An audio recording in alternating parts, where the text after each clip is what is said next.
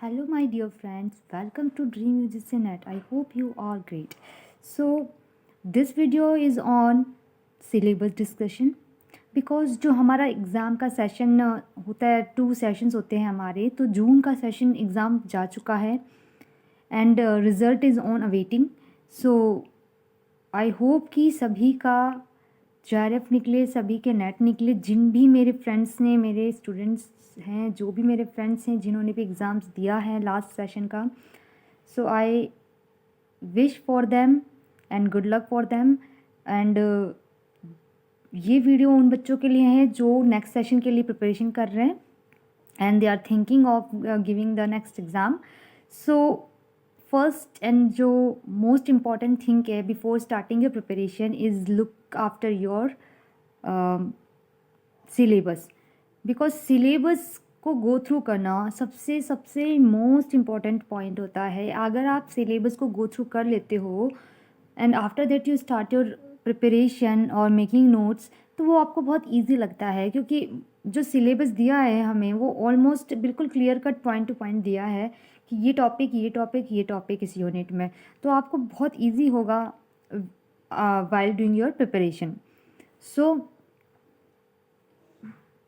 Time को ज़ाया ना करते हुए, without wasting time, let's get started. Syllabus discussion. The video is on syllabus discussion. आपके होते हैं paper 1 and paper 2. Paper 1 is common for every subject. जो मेरे न्यू स्टूडेंट्स हैं उन्हें क्लियर करते हैं. पेपर 1 जो होता है वो सभी के लिए कॉमन होता है एंड आपका एक सब्जेक्ट होगा जिस सब्जेक्ट से आप एग्ज़ाम दे रहे हैं. For example commerce, management, political science, computer science and many more. Okay, तो जो मेरा सब्जेक्ट है वो है लेबर वेलफेयर एंड HRM. जो भी students labour welfare and HRM से पेपर दे रहे हैं, this video is mainly for them. Okay, तो let's start the discussion on paper 1 syllabus. Okay, तो here is the paper 1 syllabus. Okay, जो exam हमारी कंडक्ट करवाती UGC and NTA both. Okay, paper 1 general paper on teaching and research aptitude. This is a common paper जो कि सभी subjects के लिए होता है. पेपर 1 सभी सब्जेक्ट के स्टूडेंट्स को प्रिपेयर करना पड़ता है. I hope it is clear. Okay,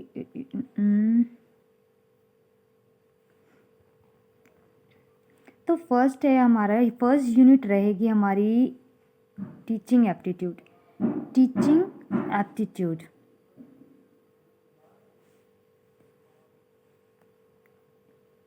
teaching aptitude, तो पहला बुलेट पॉइंट है हमारा टीचिंग, जिसके अंदर वो आएंगे concept, objectives, level of teaching. Level of teaching 3 होते हैं: memory, understanding and reflective. Then after that characteristics and basics requirement of teaching. तो ये है, सिंपल सा है, जो कि हर एक टॉपिक में हम सबसे पहले उसका कॉन्सेप्ट देखते हैं, देन उसका ऑब्जेक्टिव देखते हैं, देन उसके फर्दर टाइप्स देखते हैं. तो यानी कि टीचिंग के 3 लेवल्स होते हैं: मेमोरी, अंडरस्टैंडिंग एंड रिफ्लेक्टिव होता है. Then characteristics and basic requirement. This is a simple point.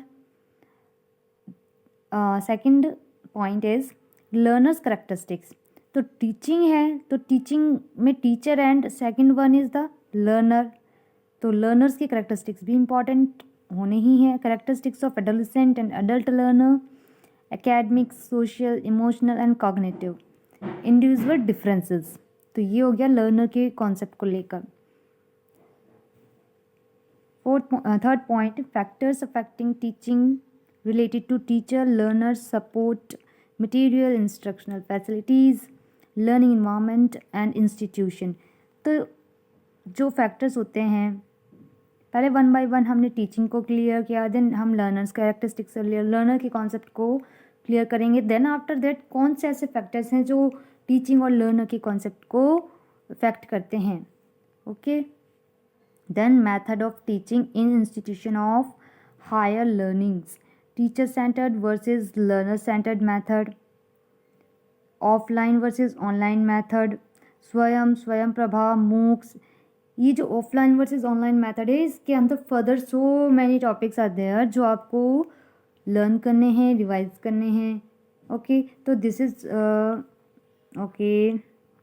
Now the fifth point, teaching support system, traditional, modern and ICT based. तो this is also a very important topic and modern topic, और हम कहें तो ये एक आज के time से रिलेटेड टॉपिक है जो आजकल हम कंप्यूटर बेस्ड जो पढ़ रहे हैं सब कुछ, उसके बेस पे टीचिंग सपोर्ट सिस्टम है ये, राइट।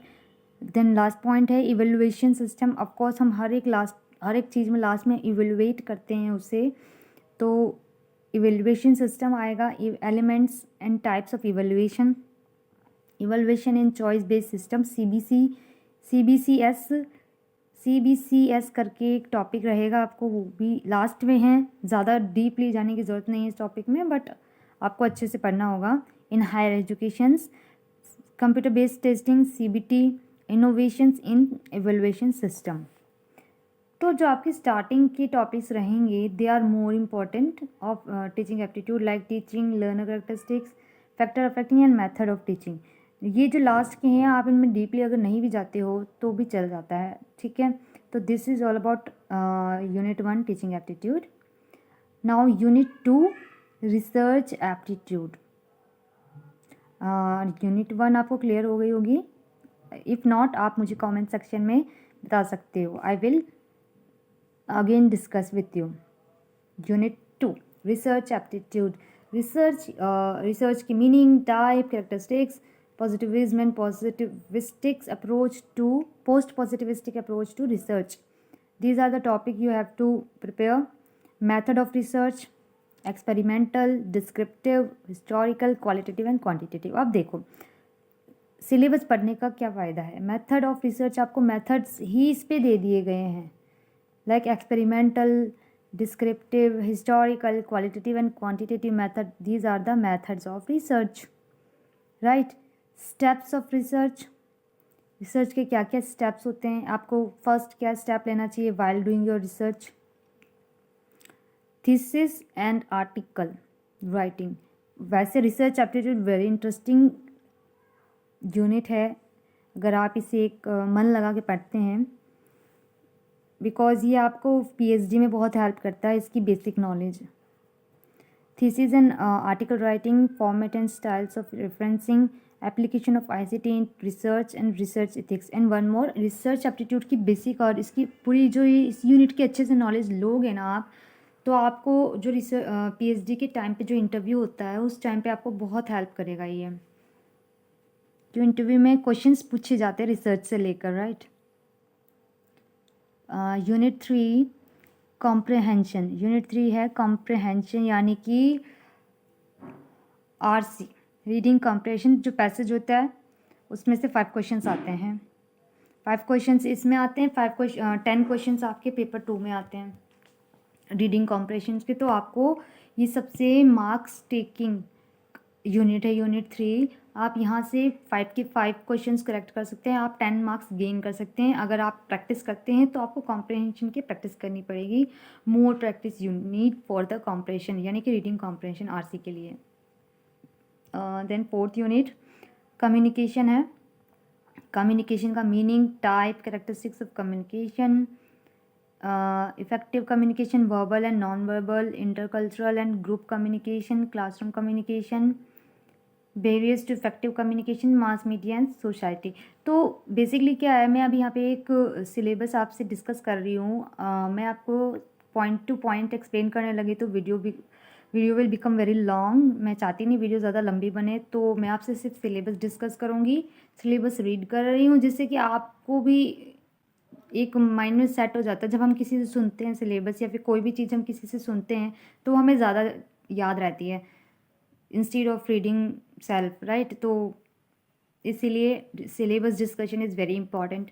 तो कम्युनिकेशन यूनिट 4 है।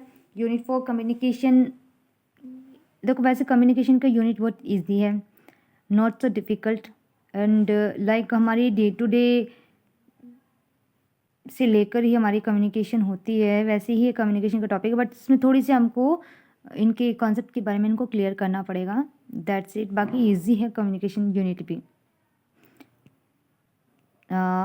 Unit 5 mathematical reasoning. तो मैथमेटिकल रीजनिंग जो भी हमारे मैथ्स में होते हैं, क्वेश्चंस आते हैं, बहुत ही बेसिक क्वेश्चंस आता है, लेकिन आता बड़ा वैसा क्वेश्चन है लाइक यू पजल हो जाते हो एक सिंगल से सिंपल से क्वेश्चन में भी ऐसे क्वेश्चंस आते हैं। तो आप थोड़ी सी प्रैक्टिस अच्छी सी मैथमेटिकल रीजनिंग की भी ज़रूर करें।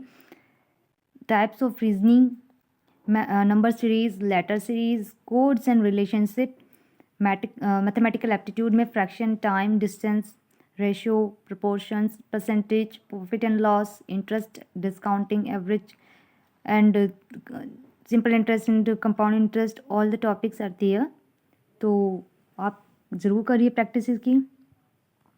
वैसे देखिए, अगर स्मार्टली पढ़ना है तो आप उन 8 यूनिट्स या 9 यूनिट्स, देखो हमें क्या है, हमें ज़रूरी नहीं है 100 आफ्टर 100 लेने हैं इसके अंदर, हमें ओनली JRF की कट ऑफ को क्लियर करना है। तो JRF की कट ऑफ के लिए अगर आप 8 यूनिट्स भी घोट के पी लेते हो, लाइक घोट के मीन्स अच्छे से आप अंडरस्टैंड कर लेते हो 8 यूनिट्स को भी, तो आप मार्क्स गेन कर सकते हो। क्योंकि हमारे पास 2 पेपर होते हैं, पेपर 1 एंड पेपर 2, तो आपको मार्क्स तो पेपर 2 ही ले जाता है। यानी कि आपका JRF आपको पेपर 2 एंड वैसे तो both paper 1 and paper 2 are important, लेकिन जो आपको JRF दिलवाता है वो होता है पेपर 1। बाकी बाय लक है, कभी कभी पेपर 2 भी आपको JRF दिला देता है। सो आप 10 यूनिट्स पे फोकस करने के बजाय आप उन यूनिट्स पे फोकस कीजिए जिससे आपको 100% श्योरिटी है कि आप इसके 5 क्वेश्चंस तो करेक्ट पक्का करोगे ही करोगे। I hope it is clear. तो यूनिट 6 है लॉजिकल रीजनिंग। लॉजिकल रीजनिंग थोड़ी सी लेंथी यूनिट है। अंडरस्टैंडिंग द फर्स्ट हमारा रहेगा understanding the structure of arguments. ये थोड़े से आपको क्या होगा, जो भी फर्स्ट टाइम पेपर दे रहा है स्टूडेंट्स, तो उसको थोड़ा सा इसको अच्छे से थॉरली पढ़ना पड़ेगा, बिल्कुल बेसिक से। ये नहीं कि आपने कोई सा भी पॉइंट उठा के पढ़ लिया तो आप पजल हो जाओगे बच्चे। तो आप पहले स्टार्टिंग से ही आपको पढ़ना पड़ेगा, यानी कि आपको सबसे पहले स्ट्रक्चर ऑफ आर्ग्यूमेंट यहाँ से स्टार्ट करते करते तब आप लास्ट तक पहुँचना। अदरवाइज़ आप लॉजिकल रीजनिंग में बिल्कुल पजल हो जाओगे और आपका बिल्कुल मन नहीं करेगा कि मैं इस यूनिट को करूँ। तो this is my advice for my friends. Okay, तो लॉजिकल रीजनिंग में फर्स्ट है स्ट्रक्चर ऑफ आर्ग्यूमेंट्स, आर्ग्यूमेंट्स की form, structure of categorical preposition, mood and figure, formal and informal फैलेसीज, use of language, connotation and denotation of terms, classical square of opposition. हाँ, लेकिन logical reasoning में ऐसा नहीं होगा कि एक बार पढ़ लिया 2 बार पढ़ लिया, आपको इसकी बहुत प्रैक्टिस करनी पड़ेगी। सेम लाइक रीडिंग कॉम्प्रिहेंशन, वैसे आपको इसकी बहुत प्रैक्टिस करना पड़ेगा, तभी आपसे क्वेश्चंस लगाने पड़ेंगे काफ़ी सारे।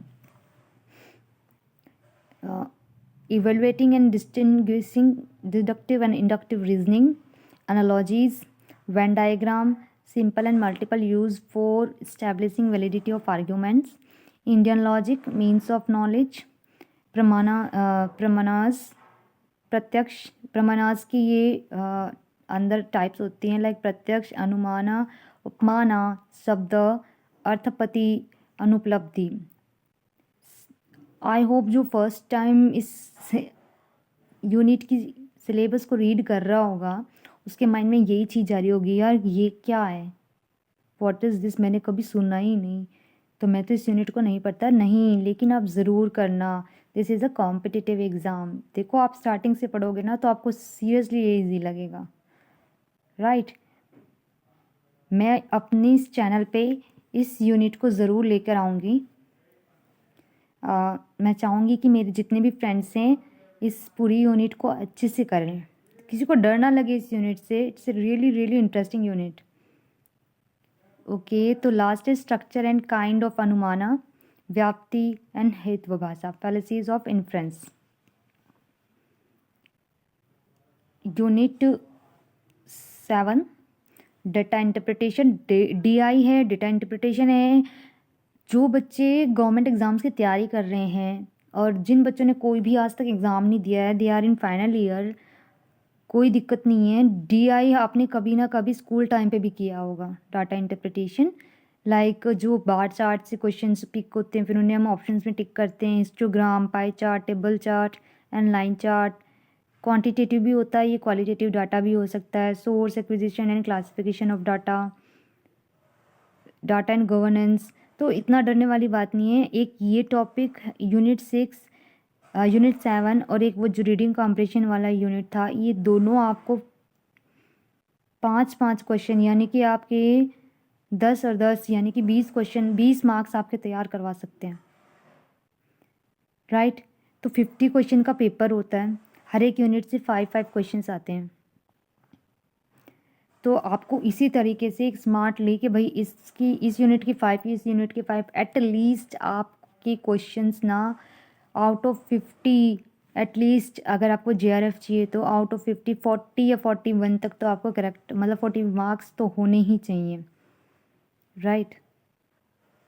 तो यूनिट 8 पे पहुंच गए हम। Information and communication technology ICT है। वेरी इंटरेस्टिंग यूनिट है, ज़्यादा डिफ़िकल्ट नहीं लगेगी किसी को भी आज के टाइम पे, बिकॉज आज की टाइम सभी हमारी जो जनरेशन है टेक्निकल नॉलेज सभी को है। तो ICT पर आपको ये डीपली पढ़ना पड़ेगा, क्योंकि क्वेश्चंस थोड़े डीपली आते हैं ICT के। तो ICT general abbreviation and terminology, basics of internet, intranet, email, audio, video conferencing, digital initiatives in higher education, ICT and governance. तो सिलेबस इसका थोड़ा सा लग रहा है आपको, पर पढ़ना आपको थोड़ा सा डीपली पड़ेगा ICT का। 9th यूनिट हमारी सेकेंड लास्ट यूनिट है, सबसे लेंथी यूनिट है। मैं आपको बता दूँ पेपर 1 की जो है last 2 units 9th and 10th, people development environment and हमारी लास्ट जो यूनिट है वो हायर एजुकेशन। सबसे लेंथी यूनिट्स ये दोनों हैं, सबसे लेंथी यूनिट्स हैं ये दोनों। तो आप देख सकते हैं, इनका थोड़ा पढ़ लो या आप इनको ज़्यादा पूरा कंप्लीट पढ़ लो, पर आपको अच्छे से पढ़ना पड़ेगा। ये नहीं कि आपने मोटा मोटा पढ़ लिया, वो आपका टाइम वेस्टिंग होगा बच्चे, ठीक है। तो people development and environment, millennium development and sustainable development goals, human and environment interactions, anthropogenic activities and their impact on environment, environmental issues and local, regional, global air pollution, water pollution, soil pollution, noise pollution, waste। वैसे ये जो चीज़ें हैं ना people environment की, ये जो इनकी कुछ चीज़ें हम हमारी स्कूल लाइफ में पढ़ चुके हैं, बट आई नो कि इस टाइम तक नहीं याद रहता कुछ। Climate change and its socio-economic and political dimension, impacts of pollutants on human health, natural and energy resources, solar, wind, soil, geothermal, biomass, nuclear and forest, natural hazard and disaster mitigation strategies, Environmental Protection Act, National Action Plan on Climate Change, International Agreement Efforts, Montreal Protocol, Rio Summit, Convention in Biodiversity, Kyoto Protocol, Paris Agreement, International Solar Alliance। तो जो ये last point है ना, इनमें से question अच्छे काफ़ी बार पूछे गए हैं, तो इन्हें अच्छे से पढ़ लेना। हायर एजुकेशन आपका लास्ट यूनिट है पेपर 1 का। तो पेपर 1 के आपको अगर कोई भी यूनिट नहीं समझ आई या फिर आपको मैटर नहीं मिल रहा, तो आप मुझे कमेंट सेक्शन में बोल सकते हो, बता सकते हो कि मैम प्लीज़ आप इस टॉपिक पे क्लास लगा दीजिए। तो I will definitely I will provide you the data. Higher education system, institution of higher learning and education in ancient India, evolution of higher learning and research in post-independence India, oriental, conventional, non-conventional learning programs in India, professional, technical and skill-based education, value education and environmental education policies, governance and administration. So this is all about your paper 1 syllabus। 5 question होंगे, हर एक question के 2 marks होंगे, no negative marking is there. आप इस syllabus को Google से download कर सकते हैं। मैं लिंक सिलेबस का डिस्क्रिप्शन बॉक्स में प्रोवाइड कर दूँगी। ओके, तो let's discuss paper 2 syllabus which is labour welfare and HRM। जो बच्चे code 55 labour welfare and HRM के लिए प्रिपरेशन कर रहे हैं तो this video is for them. तो let's start unit 1, principles and practices of management. तो जो बच्चे कॉमर्स, जो बच्चे मैनेजमेंट, जिन बच्चों ने 11th-12th में कॉमर्स ली होगी, तो उन लोगों के लिए यूनिट 1 इज़ वेरी सिंपल। ये टोटल हमारा जो बिजनेस स्टडीज़ का सिलेबस है यूनिट 1 वाला, लाइक हमने कंट्रीब्यूशंस पढ़े होंगे उस टाइम पे, हेनरी फ्योल, FW टेलर, मायो, मेरी पाकर फॉलेट एंड चेस्टर बर्नार्ड, यानी CI बर्नार्ड, यानी development of management thought contributions. ये हमारे कंट्रीब्यूटर्स हैं जिन्होंने HRM के बारे में अपने थॉट्स लिखे हैं। तो principles and practices of management के अंदर हैं then behavioural approach, system approach, quantitative approach and contingency approach, functions of management, planning and decision making, organizing, staffing, directing, controlling and coordinating. So this unit is little bit simple for the labor welfare and HRM students. Unit 2, human resource management. HRM है, conceptual framework HRM का, human resource planning, job analysis, recruitment, selection, placement, induction, training and development, performance management, job evaluation, compensation management, employee benefits and incentive, managing career. तो इसके अंदर new trends in HRM भी हैं, like changing environment of HRM and contemporary challenges emerging HRM concepts. मुझे लगता है syllabus discuss करने में काफ़ी लंबी वीडियो बनने वाली है, so cooperate with this video please. Unit 2, I will try to do fast. Unit 2, Human Resource Development HRD Concepts। हाँ, एक चीज़ और, जो बच्चे लेबर वेलफेयर एंड HRM के लिए प्रिपेयर कर रहे हैं, जो बच्चे इस सब्जेक्ट से हैं, वो मेरी ऐप है that is dream UGC net app, आप उसे डाउनलोड कर सकते हैं। मैंने यूनिट 6 जो कि अभी मैं आपको बताऊंगी, उससे मैंने आपका जो सिलेबस है वो डालनी वीडियो स्टार्ट करी है, तो आप इस सिलेबस को परचेज़ कर सकते हैं, बहुत बजट में है। इस कोर्स को परचेज़ कर सकते हैं इन जो कि बजटेड है, so you can get the syllabus from there. Now we are on unit 2। Unit 2 is done. Unit 3, human resource development concepts HRD के, assumptions, values, HRD mechanisms, action research model, HRD culture and climate, HRD interventions, HR accounting and audit, consultants, client relationship, knowledge management, human resource information system, and इसी के नीचे IHRM जो कि है international human resource management, organisational context of IHRM sustainable business, functions of IHRM, cross cultural studies, cultural diversity, transactional organizations, IHRM model, international human resource management models. Okay, unit 4, organizational behavior, very interesting unit है। concept, scope, nature of human behavior, personality, perception, learning, attitude, motivation, interpersonal behavior, group dynamics, leadership, communication, power and authority, stress, organizational change and development. Unit 5, industrial relation. देखिए, हमारा पता है सबसे अच्छी चीज़ क्या, हमारा जो सब्जेक्ट है ना वो बिल्कुल थियोरेटिकल है, ज़्यादा कोई माइंड पे प्रेशर देने की ज़रूरत नहीं है। बहुत अच्छे तरीके से पढ़ोगे ना तो definitely you will get your JRF, right. Concept, scope, evolution, approaches, actors and models, conflict and corporation, सब इंडस्ट्रियल रिलेशन के हैं। bipartisms, tripartisms, collective bargaining, workers' participation in management, grievance handling and disciplinary action, code of conduct, industrial relation in changing scenario, employers, organization. इसी के अंदर आता है हमारा trade union का टॉपिक. कॉन्सेप्ट है, इवोल्यूशन है, problem of trade union in India, recognition, the trade union act 1926, emerging role of trade union in India. हमें इसमें बेसिकली क्या होगा, हमारा आधा पार्ट जो सिलेबस का पेपर 2 का है वो लॉ है, यानी कि लॉ के हमारे डेट्स याद करने ज़रूरी होते हैं, तो हमको इसमें थोड़ी सी डेट्स याद रखनी पड़ेंगी. तो फर्स्ट हमारा यूनिट 6 है industrial dispute.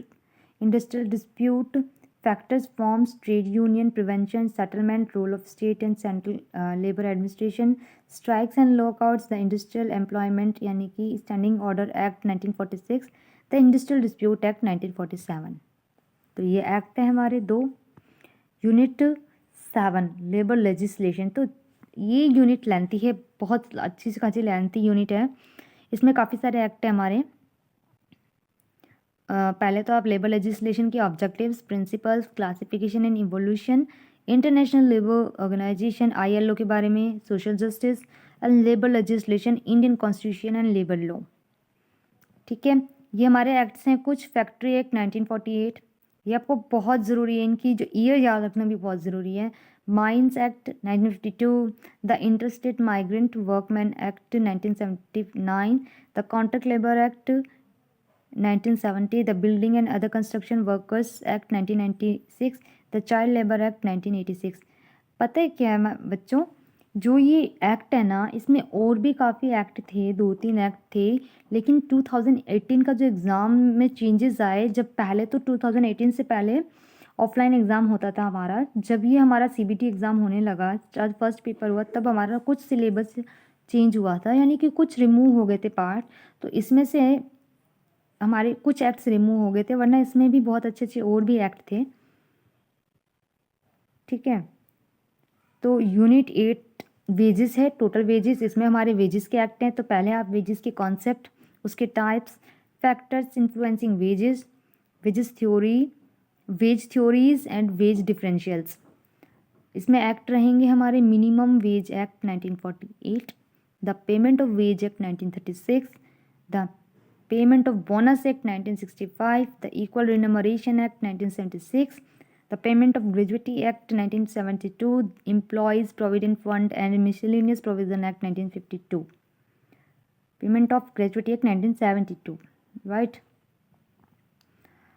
Okay, we are near to unit 10. Unit 9 पे पहुँचे हैं हम. Labour welfare and social security, थोड़ी छोटी सी है यूनिट, ज़्यादा बड़ी नहीं है. Concept, scope, types, theories and principles, industrial health and hygiene, industrial accident and safety, occupational diseases. Labour welfare के बारे में है ये सब कुछ. सोशल सिक्योरिटी, उसके concept, scope, social assistance and social assurance. दोनों का डिफरेंस याद रखना, जब पढ़ते टाइम ज़रूर पूछा जाता है ये भी. Unit 10 labour market, features, demand and supply of labour, nature and composition of Indian labor force, unemployment and underemployment, types of labor market, characteristics of Indian labor market, new dynamics of labor market in India, economic systems and labor market, problems of labor in India. तो this is all about your syllabus. अगर आप कोई भी topic चाहते हैं कि आपको चाहिए, मैं ज़रूर डालूँगी यूट्यूब पे, आप ज़रूर देखना. If you want any difficult topic, so this is all about your topics. Syllabus, अगर सिलेबस में कोई प्रॉब्लम आ रहा है तो please let me know through the comment section. I will definitely tell you, I will definitely help you. So this is all about the syllabus.